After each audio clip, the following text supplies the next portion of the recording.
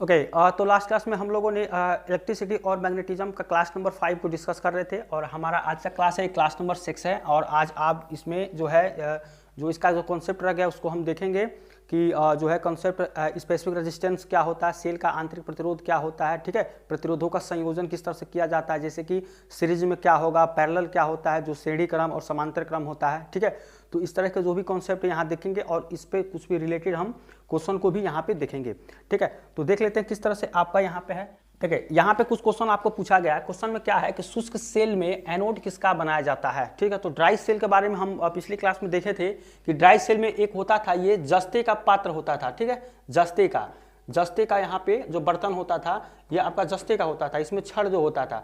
तो यहाँ पे जो एनोड का कार्य जो होता है, ये छड़ का क्या काम करता था, ये एनोड का काम करता था, ठीक है। और ये जो बर्तन था जस्ते का, ये कैथोड का काम करता था, ठीक है, कैथोड का, ठीक है। और ये कितना माइनस होता है, ये आपका प्लस में होता है, ये धनात्मक होता है, ये ऋणात्मक होता है, ठीक है। तो इस चीज को भी यहाँ पे आप जान लीजिए, ठीक है। इसके बाद देखिए अगला क्वेश्चन है कि विद्युत परिपथ में विद्युत धारा की उपस्थिति बताने वाले यंत्र को क्या कहते हैं, ठीक है। तो इसको क्या बोलते हैं, धारामापी, ठीक है, जिसको अंग्रेजी में क्या बोलते हैं, गैल्वेनोमीटर, ठीक है। तो इसको बोलते हैं धारामापी और इसको अंग्रेजी में बोलते हैं गैल्वेनोमीटर, ठीक है, गैल्वेनोमीटर, ठीक है। इस चीज को आप याद रखिएगा, धारामापी इसको बोलते हैं। अगला क्वेश्चन देखिए, यहाँ पे अगला क्वेश्चन है आपका कि वोल्ट के अतिरिक्त विभवांतर का मात्रक क्या है।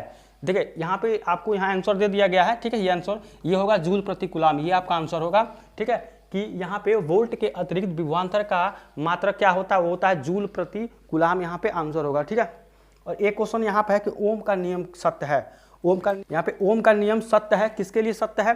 देखिए इसका जो आंसर होगा, देखिए यहाँ पे ऑलरेडी दे दिया गया, केवल क्या होता है, केवल धात्विक चालकों के लिए होता है, ठीक है। ये ओम का नियम होता है, ये आप होता है केवल धात्विक चालकों के लिए, ठीक है, जो कि यहाँ पे आपको लिखा गया है, ठीक है। तो यहाँ से आप देख लीजिएगा ओम के नियम। ये कुछ क्वेश्चन था यहाँ पे सब्जेक्टिव टाइप का, ठीक है, इसको भी आप जानेंगे तो अच्छा रहेगा, ठीक है। आगे देखिए, आगे दिया कि किसी विद्युत परिपथ में एकांक धनावेश में दो बिंदुओं के बीच स्थानांतरित करने में जो कार्य होता है वो किसका माप होता है। तो कल हम देखे थे विभवांतर के बारे में, ठीक है, विभवांतर क्या होता है। तो वही विभवांतर का आपका ये डिफिनीशन है, ठीक है।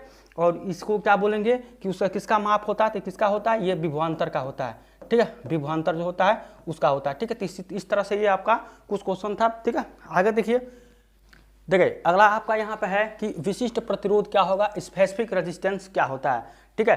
तो यहाँ से स्पेसिफिक रेजिस्टेंस देखिए, इसका जो डिफिनीशन कि यदि किसी चालक का जो प्रतिरोध है उसकी लंबाई L के अनुक्रमानुपाती, ठीक है, L के अनुक्रमानुपाती, यानी कि R समानुपाती यहाँ पे L के अनुक्रमानुपाती और अनुप्रस्थ काट क्षेत्रफल क्या होता है, बीजगुणनपाती, यानी ये आता है रो R समानुपाती L/A, यहाँ पाया जाएगा, ठीक है। इसके समानुपाती अनुक्रमानुपाती, इसके बीजगुणनपाती।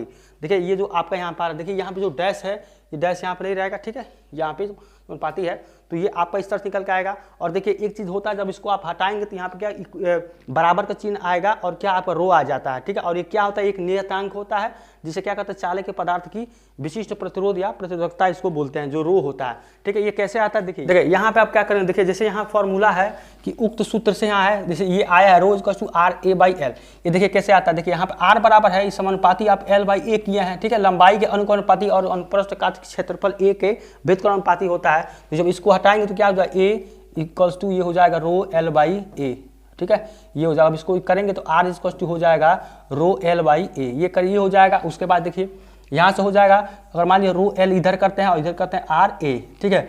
अब यहाँ से रो निकालेंगे तो कितना हो जाएगा, RA/ यहाँ पे L, ये हो जाएगा RA/L, जो कि यहाँ पे दिया गया RA/L आपको यहाँ पे दिया गया, ठीक है। तो इस तरह से आपको यहाँ निकल गया। और यदि अगर A बराबर 1 लेते हैं और L बराबर 1 लेते हैं, यानी कि जो ये आपका ये भी 1 रखते हैं, इसको भी 1 रखते हैं, तो कितना हो जाएगा, रो इक्वल्स टू R के बराबर आ जाएगा, ठीक है, रो इक्वल्स टू R के बराबर आ जाएगा, जो कि आपको यहाँ पे दिया गया, ठीक है।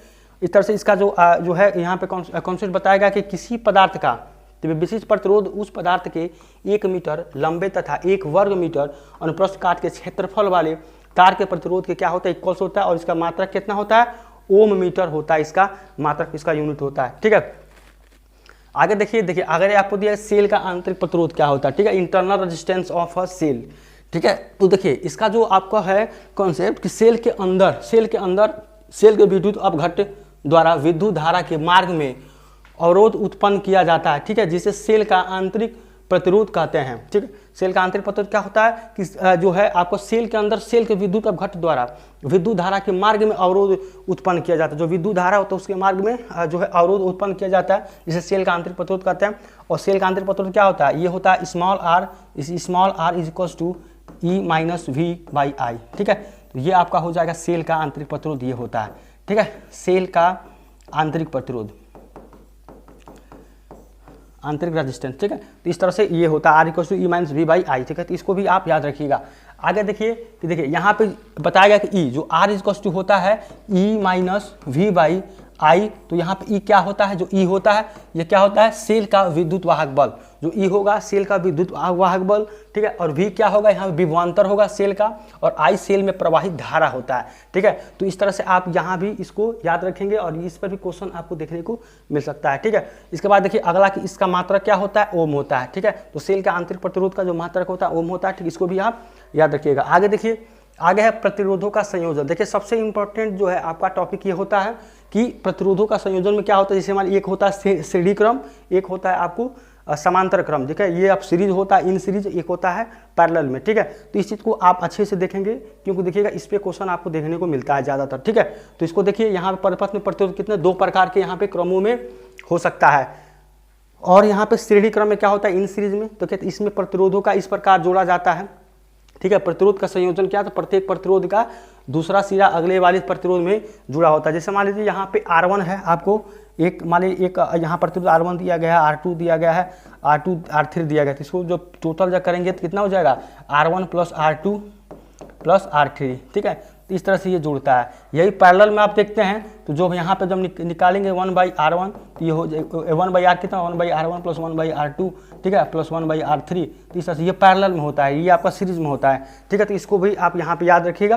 ठीक है, जो कि यहाँ पे आगे आपको देखने को मिलेगा। देखिए यहाँ पे क्या, देखिए यहाँ पे आपका सीरीज का ये है कि R1 R इक्वल्स टू क्या है, आपका R1 दिया गया है, R1 R2 R3। ठीक है, प्लस ऐसे करके जितना भी यहाँ पे आपको प्रतिरोध में जो यहाँ पे जोड़ने को मिले रहेगा उसको आप यहाँ पर रेजिस्टेंस को जोड़ सकते हैं। ठीक है, इसी प्रकार देखिए इस प्रकार संयोजन में सभी प्रतिरोधों में एक ही धारा प्रवाहित होता है। ऐसे में सभी प्रतिरोधों का तुल्य प्रतिरोध होगा, सभी प्रतिरोधों को जोड़ के बराबर होता है। अर्थात क्या हो जाएगा, ये आपका R equal to R1 plus R2 plus R3 plus जितना भी यहाँ तक होगा उसको हम जोड़ सकते हैं। और अधिकतम प्रतिरोध प्राप्त करने के लिए से प्रतिरोधों को श्रेणी क्रम में जोड़ा जाता है। ठीक है, तो ये भी क्वेश्चन यहाँ पूछा जाता है कि अधिकतम प्रतिरोध प्राप्त करने के लिए जो है उसको किस में जोड़ा जा सकता है, तो आप प्रतिरोधों को किस में श्रेणी क्रम में जोड़ा जाता है। ठीक है, तो इस चीज़ को भी आप याद रखिएगा। आगे देखिए समांतर क्रम है जो कि हम देखे हैं।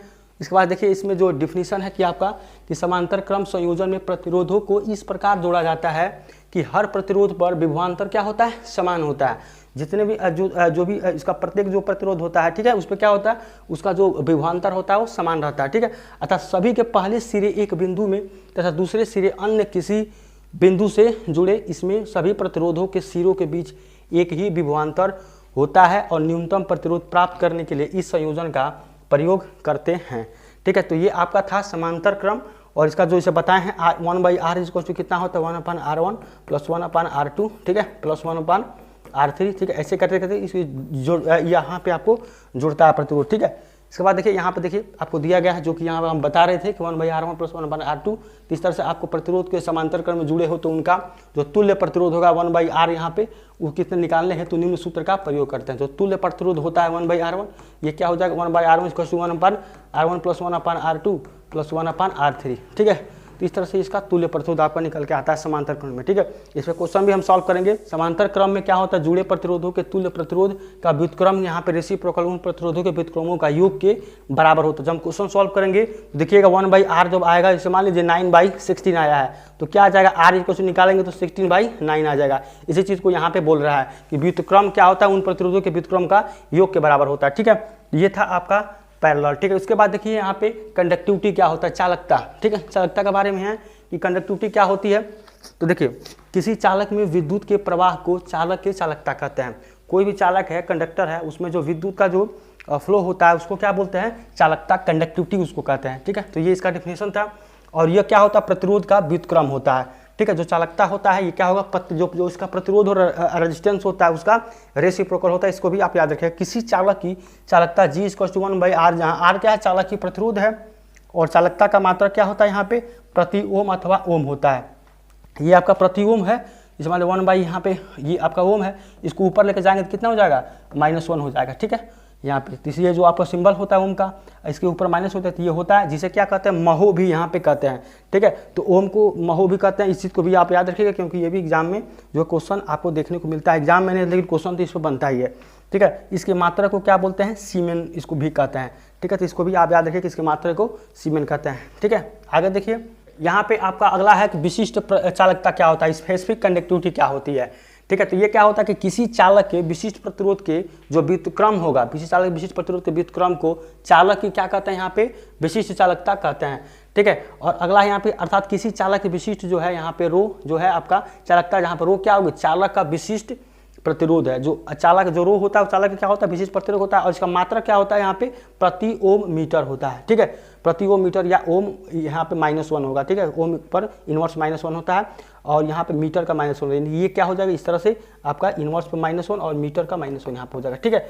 और या क्या होगा यहाँ पे महो प्रति मीटर या सीमेन प्रति मीटर भी ये होता है, ठीक है। तो विशिष्ट चालकता के बारे में ये था, और इसका जो है मात्रा के बारे में आप यहाँ पे देखिए, ठीक है। आगे देखिए अगला आपको यहाँ पे दिया गया है क्वेश्चन दिया गया है, ठीक है, कि 15 ओम 20 ओम और 30 ओम के यहाँ पे देखिए यहाँ पे 30 ओम के बराबर ये नहीं होगा, ठीक है, यहाँ पे ये नहीं होगा, ठीक है। यहाँ पे के प्रतिरोध जो भी है यहाँ तक ये नहीं होगा, के प्रतिरोध का समांतरबद्ध है, ठीक है। तो इस क्वेश्चन में थोड़ा सा यहाँ पे करेक्शन कर लीजिएगा कि ये आपको यहीं तक ये दिया गया है। तो जो पहला R1 यहाँ पे दिया गया है समांतरबद्ध का रहा था, R1 देखिए यहाँ पे 15 ओम दिया गया, R2 कितना दिया गया यहाँ पे 20 ओम, ठीक है 20 ओम, और 30 यहाँ पे R3 कितना दिया गया 30 ओम दिया गया, ठीक है। ये आपका दिया गया है। अब बोल रहा है कि यहाँ पे तुल्य प्रतिरोध यहाँ पे कितना होगा, ठीक है। तो अभी हम पैरेलल में जो हम फॉर्मूला देखे हैं कि 1/R1 sorry 1/R equals to 1/R1 plus 1/R2 ये और प्लस 1/R3 ये, तो ये आपका क्या होता है देखिए, ये जो होता है ये आपका तुल्य प्रतिरोध होता है। ये क्या होता है तुल्य प्रतिरोध, ठीक है, ये तुल्य प्रतिरोध होगा। तो यही चीज़ आपको पूछ रहा है तुल्य प्रतिरोध क्या होगा। तो यहाँ जब निकालेंगे तो ये जो 1/R इज इक्वल्स टू 1/50 और प्लस 1/20 और प्लस 1/30, ठीक है, ये हो जाएगा। तो 1/R कितना हो जाएगा यहाँ पे, ये हो जाएगा आपका कि यहाँ पे देखिए 15 20 और 30 का एलसीएम लेंगे तो 15 20 और 30, ठीक है। ये एलसीएम कितना हो देखिए यहाँ से निकालेंगे एलसीएम तो कितना हो जाएगा, ये हो जाएगा 15, ये हो जाएगा 10, ये हो जाएगा आपका 15, ठीक है। तो फिर इसको 2 से काटेंगे फिर ये हो जाएगा 15, ये हो जाएगा 5, फिर ये 15, फिर इसको 3 से गाएंगे तो ये हो जाएगा 5, फिर ये 5, फिर ये 5, फिर ये 5 जाएगा तो 5, ये 15 30 दूना 60, ये 60 हो जाएगा। और 15 को 60 ये गुणा करेंगे 4, ठीक है, ये हो जाएगा 20 3 60 प्लस ये 3 और प्लस ये 30 दूना 60, ये हो जाएगा 2। तो 1/R कितना आ जाएगा यहाँ पे, ये हो जाएगा ये 7 2 9 यानी कि 9/60 यहाँ पे आ जाएगा। और यहाँ जब आप R निकालेंगे तो कितना हो जाएगा 60/9 ओम आएगा, 60/9 ओम।